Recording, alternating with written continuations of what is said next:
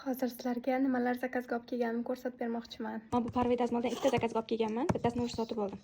Bittasi turibdi. Buni ham egasiga berib olishim kerak. Yana zakaz qilishgan. Buni ham zakazga olib kelganman. Prosessor Redmi'niki. Mana bunaqa yuz uchun apparatdan 4 ta olib kelganman zakazga. Darasa qo'rqqanimda sota olamanmi, yo'qmi deb.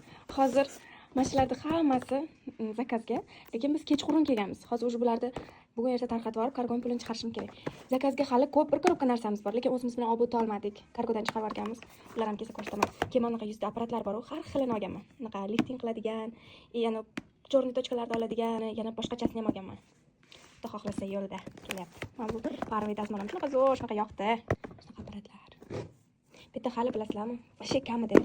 Lekin rosa ko'p narsa anaqa zakaz qilishgan. Xudoyim hammani rizqini o'zi yozib qo'ygan bo'lar ekan-da.